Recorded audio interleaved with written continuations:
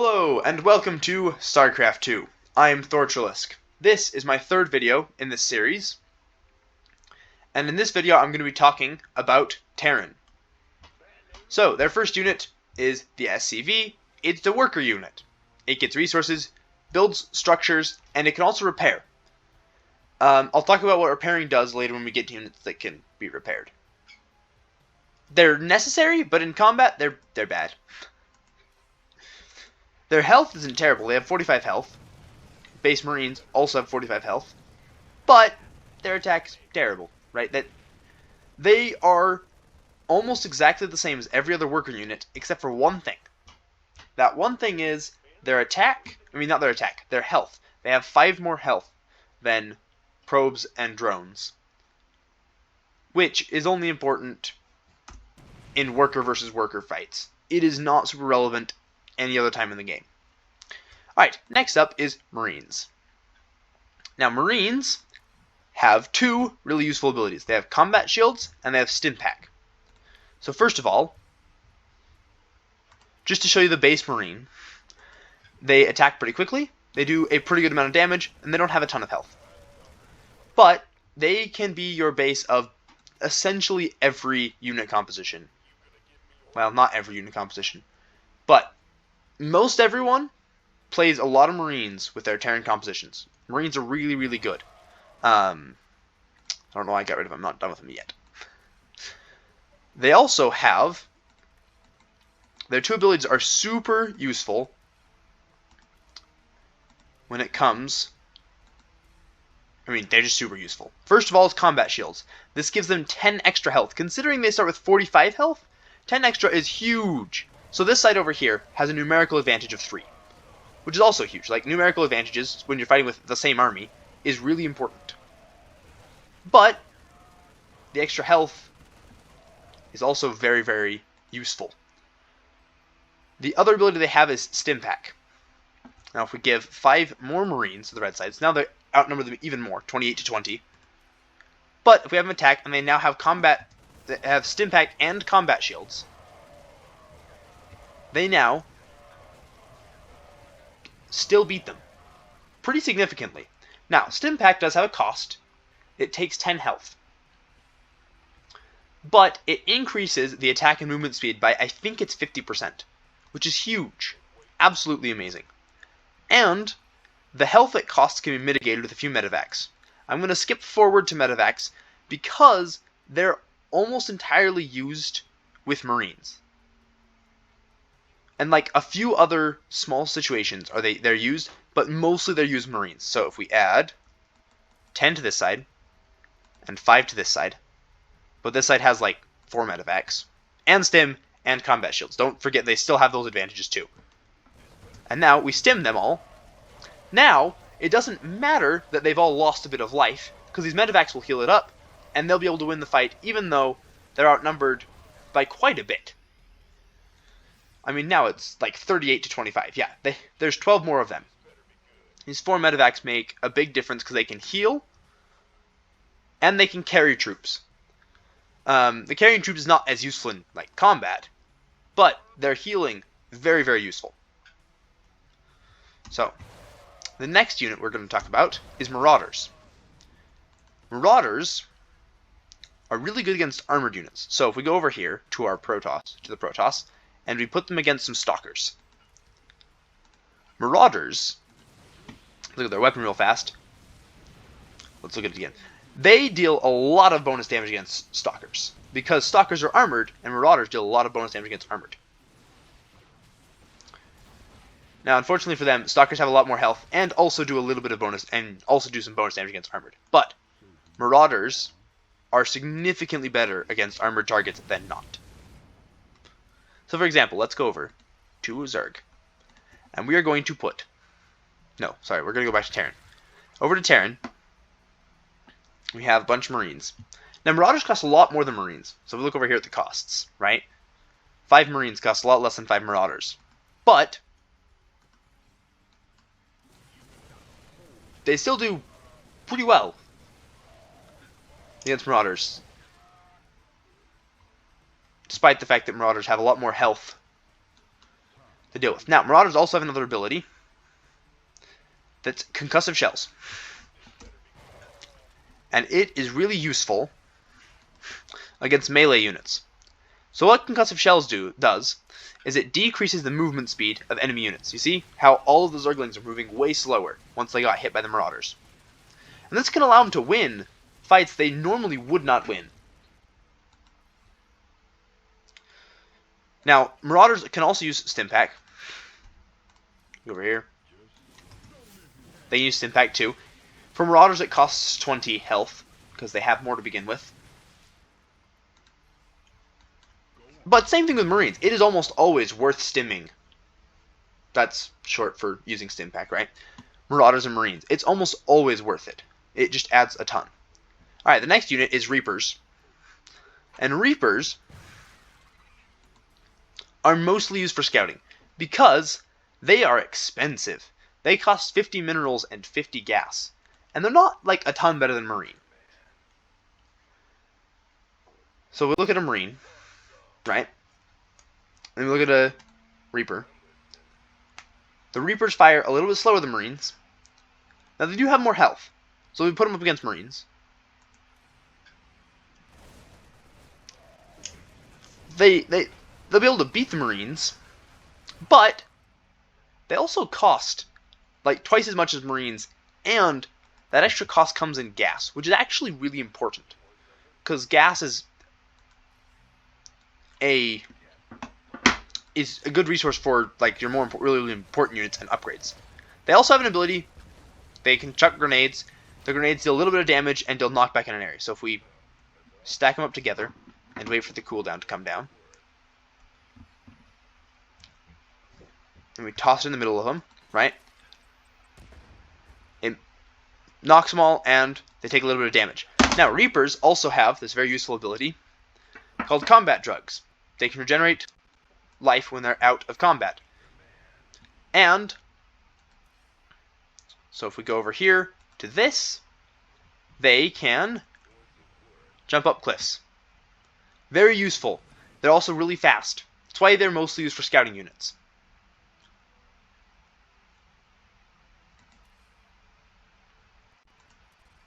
But other than that, they take too much micro to be worth using most of the time.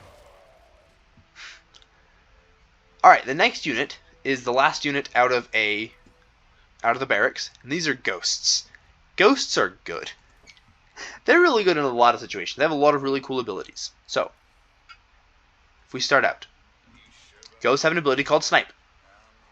Allows them to go, they channel for a minute, and then they deal 170 damage. And it ignores armor, which is really useful against certain units like Ultralisks, which we're going to get to in our Zerg video.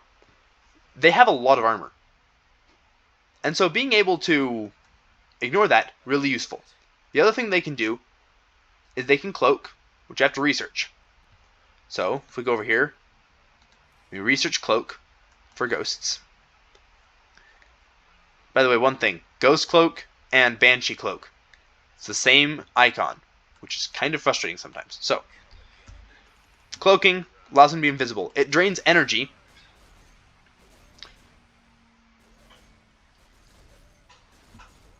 But it's pretty useful. It's very, very useful in a lot of situations. So if we uncloak them, now if we go back and restart this fight, Ghosts actually are pretty okay when they're attacking. They're not bad. They're not great. Because they cost a lot. They cost 150 minerals and 150 gas, I think. Let's go check. Go to Terran, Ghosts. Oh, 150 minerals and 125 gas. So they're pretty expensive, but they're very useful. Another ability they have is if you have a nuke in your Ghost Academy, they can launch the nukes. Now the Ghost has to channel throughout the whole duration of the nuke. And during this time they cannot move. So you can choose to cancel it, which would make it stop coming. So if you launch it and you cancel it, it stops firing it. Also, if he starts to fire it and is killed in the middle of firing it, then the nuke does not land. Another thing that's important to note with snipe. Darn it, I can't target a friendly unit. Alright, I'll restart this. Another thing with snipe. If the ghost takes damage while they are channeling snipe, it stops channeling immediately. Alright, and the last ability the ghosts have is useful against two kinds of units. Spellcasters and every single Protoss unit. So, if we run this fight out normally,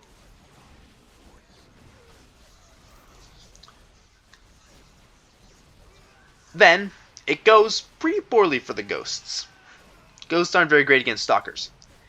But ghosts have a special ability called EMP, and this allows them to remove energy from spellcasters and shields from Protoss. So we have them go shoot the EMP over there. Now we have them all attack. This fight is going to go a lot differently. Because now, these stalkers are missing half of their health. An entire half of their health is now gone because the ghosts have EMP. Very useful ability against Protoss. Also against spellcasters, but I wouldn't worry too much about that early on. I also would not build ghosts until later in the game, and probably till you have a little bit more experience in the game. Again, ghosts are really micro-intensive, so because using all those abilities takes a lot of time, and if you're going to just have an army where you're going to attack with them, build Marines and Marauders. So much easier. Alright, the next unit is a Hellion, and these are cool. They deal splash damage in a straight line. They also do a lot of bonus damage against light, which makes them pretty good against Zerglings.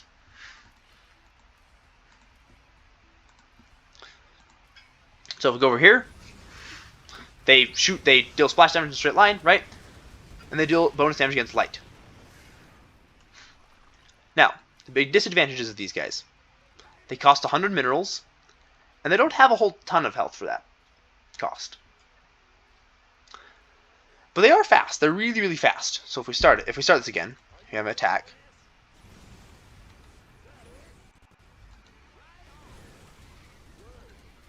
They can be used to just run away really well. They're faster than a lot of things in the game. Unless those things are Zerg.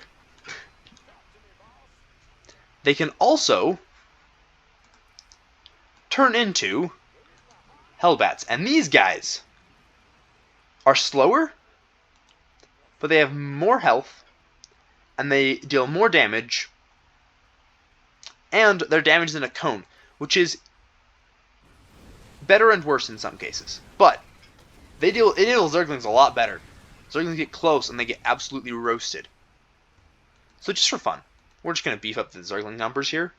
So we have twice as much cost in Zergling as we do in these guys. Oh, shoot, I forgot to turn them into Hellbats first. Hold on.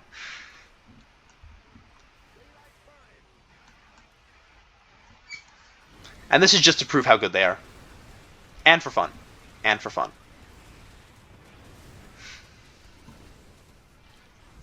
They're very nice. If you're going for a composition that's based on mech, or these mechanical units, mostly units from the factories, they can be very useful. They also have an upgrade. They have kind of two. They have smart servos, which works for a lot of things and makes them transform a lot faster. They also have infernal pre-igniters. And these make them do even better against Zerglings. Like, they were not struggling against the Zerglings before. I mean, except for the fact that there was a ton of them. Now, we can add even more Zerglings. Like, an absurd amount more Zerglings.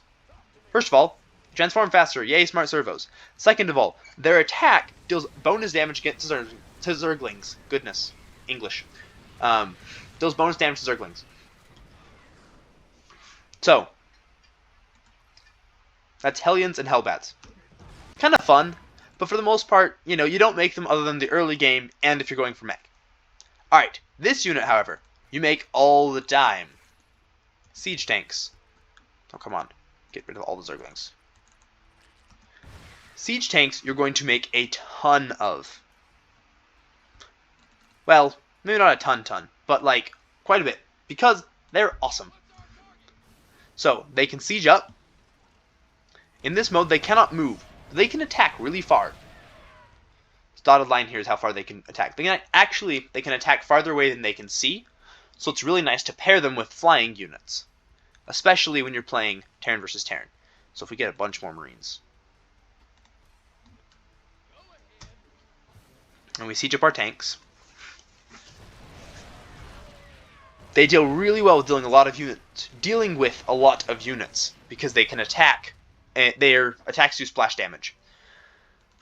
Also, if we look at their stats over here, they do extra damage versus armored. Now, it's important when you're looking at their stats, you want to look at them after they sieged up, because after they siege up, their stats change. Right? So they have their tank mode, in which they can move, and they deal a single target attack.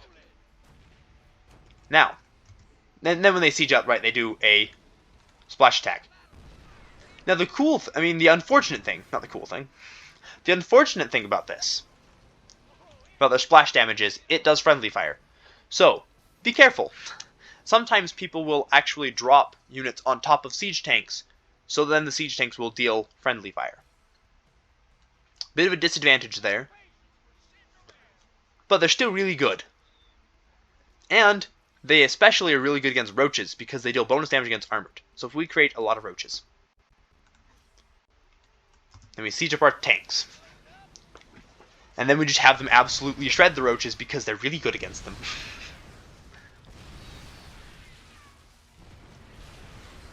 So, usually you will not clump up siege tanks like this. The biggest disadvantage of a siege tank is that they have a minimum range. So, if instead of roaches, here we get zerglings, we siege up our tanks. Well, that failed. We do not have enough zerglings there to get on top of them. Alright, if we do this now. Now that the zerglings are within range, they have to shoot next to other tanks. So now these two are left, and the zerglings are all within the minimum range. The siege tanks cannot fire. So, you do not want your siege tanks to be a front line. So if they have a bunch of Marines in front of them, or some Hellbats, or something like that in front of them, then they're really good. The next unit is a Thor. Thors have a few interesting things about them. So, their attacks against ground are pretty good. They're pretty good at attacking ground. Their attacks against air, they have two modes. Their first mode does splash damage and has bonus damage against light. Their second mode does bonus damage against massive, has longer range, and does not splash. So, if we go here, and we get a bunch of mutalisks, which like to clump up, and we have them attack, and these guys are all in their mode that does bonus damage against light and splashes. They're really good against mutalisks, and you have to be really careful if you're attacking into Thors with mutalisks that you don't clump them up. Okay, the other cool thing, and then if we go into their high impact payload, as it's called, which I just have to say is a cool name, right here, we have them attack. Then you can see that they're not in high impact payload. This is them not in high impact payload. In not high impact payload, they deal pretty poorly with Broodlords. Always important to double check your work. Now, if we start this and we put them in high impact payload,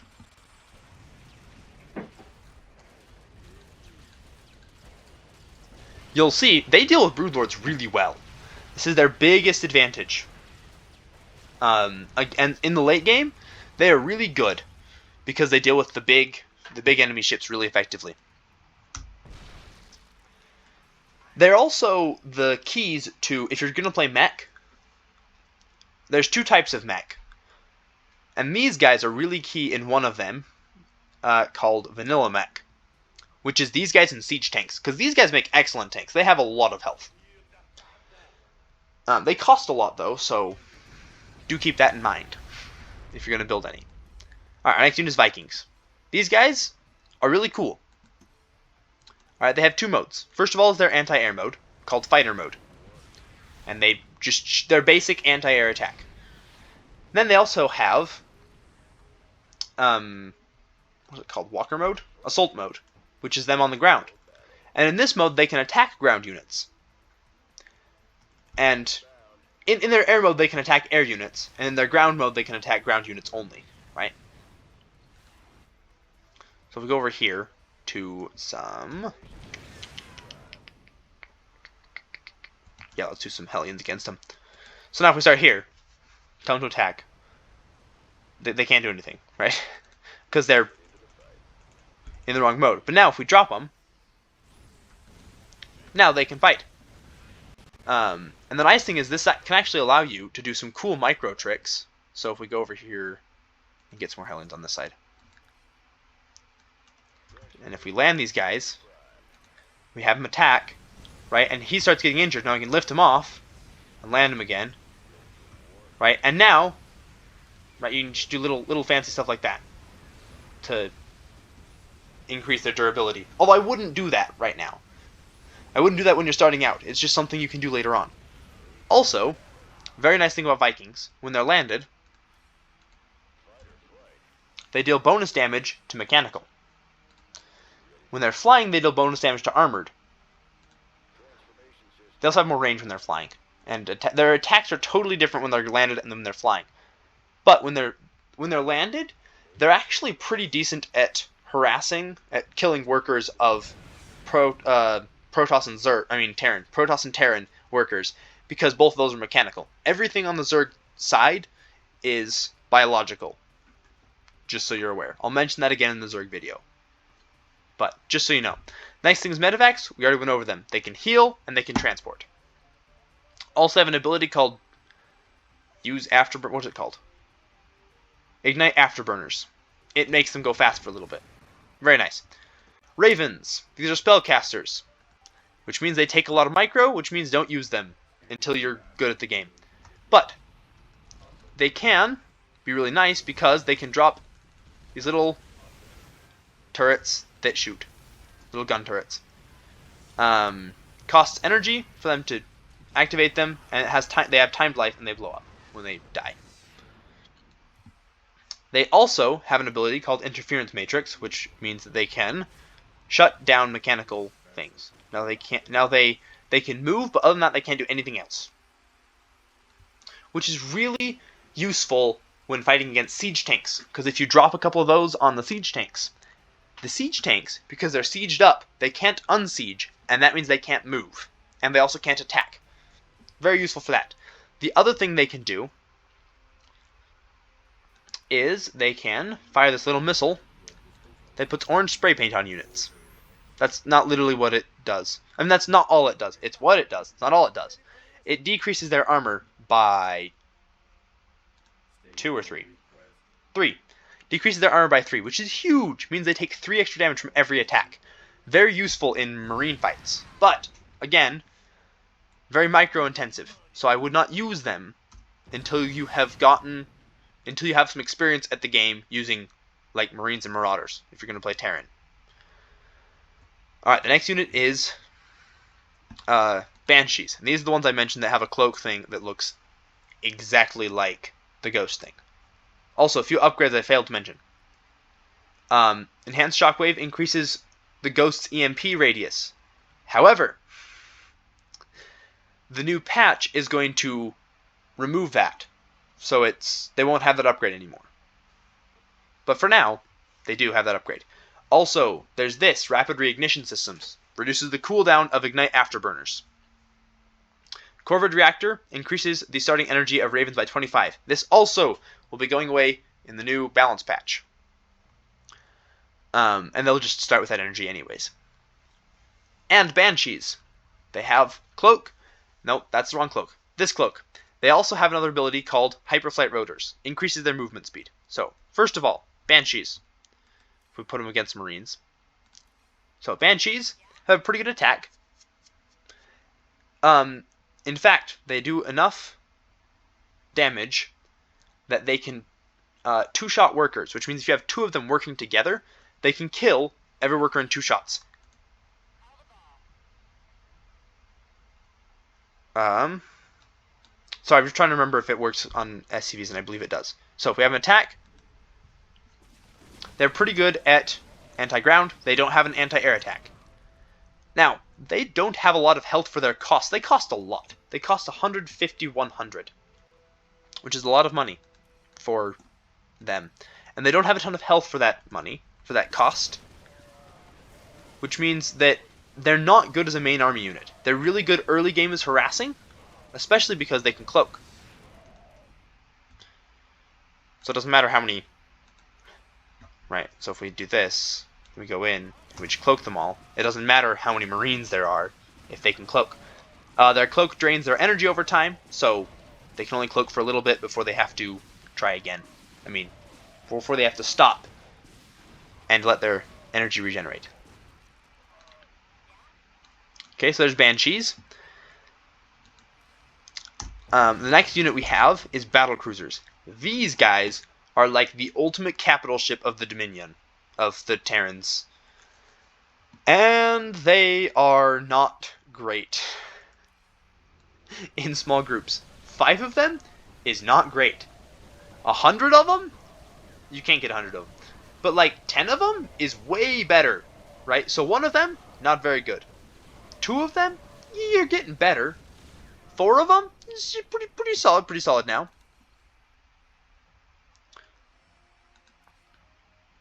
But like 10 of them, that's where you start getting to nice numbers. They can all attack while they're moving, so very nice. For when if you're trying to retreat, right, you need to be shooting them while you're running away. Aha, take that. They also have an ability, Yamato Cannon, which allows them to shoot from far away and shoots a little shot. And that shot deals a lot of damage. 240. It's a lot of damage. It's actually enough to one-shot a lot of other flying ships that are not like what are called capital ships. Capital ships are like the ultimate ships of that race. It allows them to one-shot a lot of units, really, have less than 240 health. The other big ability they can do is called Tactical Jump, which allows them to teleport. They do not have to see the location. They don't have to have sight. A lot of teleportation requires sight, like Stalkers require sight. This one doesn't, and it can be anywhere. There's no range limits. However, it has a long cooldown. So some people will use it offensively, some people use it defensively. Battle cruisers are pretty good to get later on into the game. They are a pain to deal with. If someone plays battle cruisers against you, they are really annoying to deal with. Because they have a lot of health, and especially with the army that I play when I play Protoss. By the way, I play Protoss. When I play, the army I play does not have a lot of anti-air. And so, battle cruisers are super annoying. Alright, next is Hellbats, which we already covered. Then we have Widow Mines. These guys are kind of cool. And really annoying too. They're both really cool and really annoying. So, come over here. They don't do anything like this. So if we just attack move, right, which would make them attack if they could attack, they can't do anything. Alright, however, they also can burrow, which like a siege tank means they can't move, but means they can now attack, and they do it in a radius. So if they come over here, that little red line shows who they're targeting. So go back here. Bring this guy over here. We start. Bring this guy over here. Like this.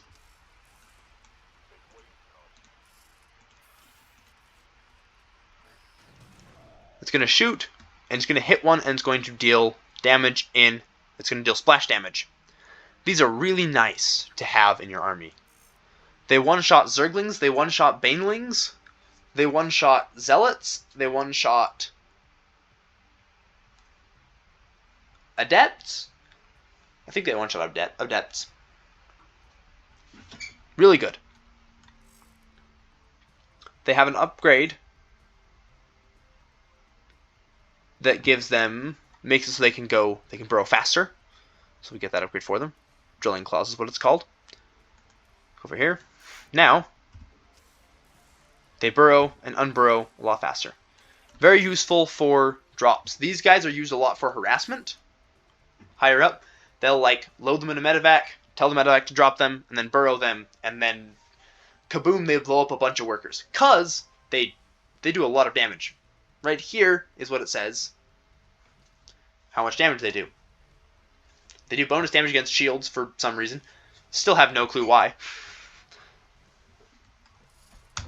And if you don't have an armory, they are revealed while they, in between their shots. While the cooldown's there, enemy units can see them. Otherwise, they can't see them, and once you get an armory, they can't see them anymore. The next unit is Cyclones. These guys are also an early game unit, also micro-intensive. Don't use them as much. Don't use them very much early on. Maybe get a couple at the beginning just to defend from attack. I wouldn't even do that, actually. Don't use them.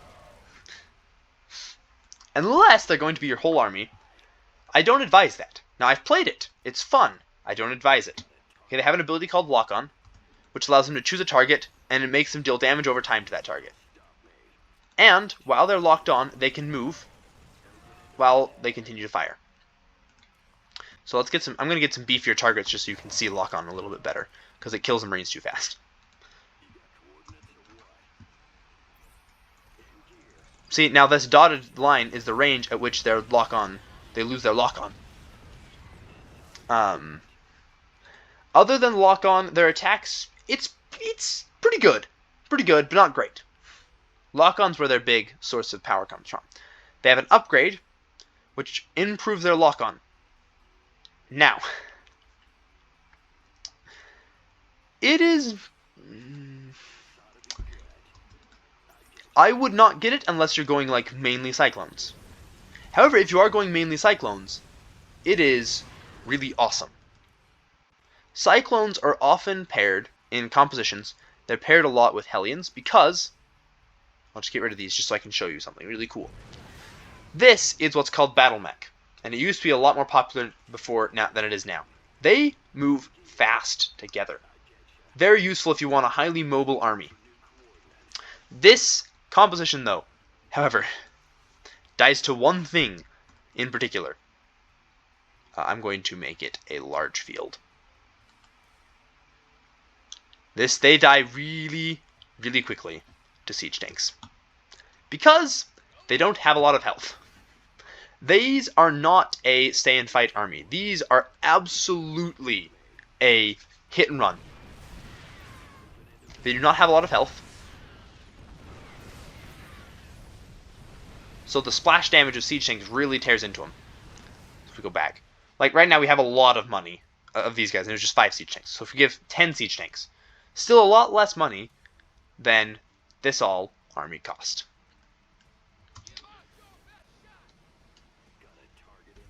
If we just attack them over there. Now, they do have the advantage of being really fast, so they can get to the siege tanks really quickly, so the siege tanks long range doesn't matter as much, but they still do a lot of damage, and Cyclones are armored, which means they die to the bonus damage against armored siege tanks do. However, it can be a fun composition. I will just warn you, it's very difficult to control, and they're very expensive, so when you lose some, it's very painful. They cost barely less than a siege tank. Alright, now I switch the terrain back to arena. Next we have, and finally, we have the Liberator. This is like the flying siege tank, minus the splash damage. So, you set up these little zones, and when enemy units walk into them, they die. Not literally, it doesn't insta-kill everything, but it does a lot of damage. So, if we go into here, and we set them up, right, and we look at their attack, they do 75 damage. Which is enough to one-shot a lot of units. Especially Zerg units. So, I really like Liberators. I hate fighting them. They're nasty to deal with. Now, they also have an anti-air attack when they're not sieged up. It is terrible. It is like a sentry attack. So, let's get us some Vikings. Just 5 Vikings. And we're going to go with 10 Liberators. Alright, and Liberators are way more expensive than Vikings. I'm going to get rid of the Marines. See, Vikings are 150, 75. And these guys are 150, 150. So, Vikings are a lot less expensive than these guys.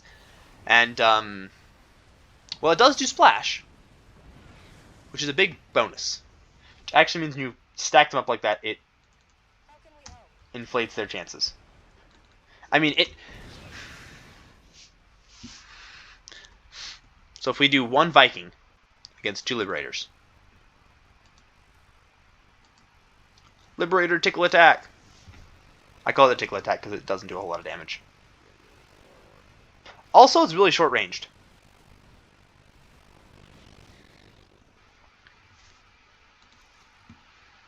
Which means it's not very great if you have... Right, so if you have Vikings that are...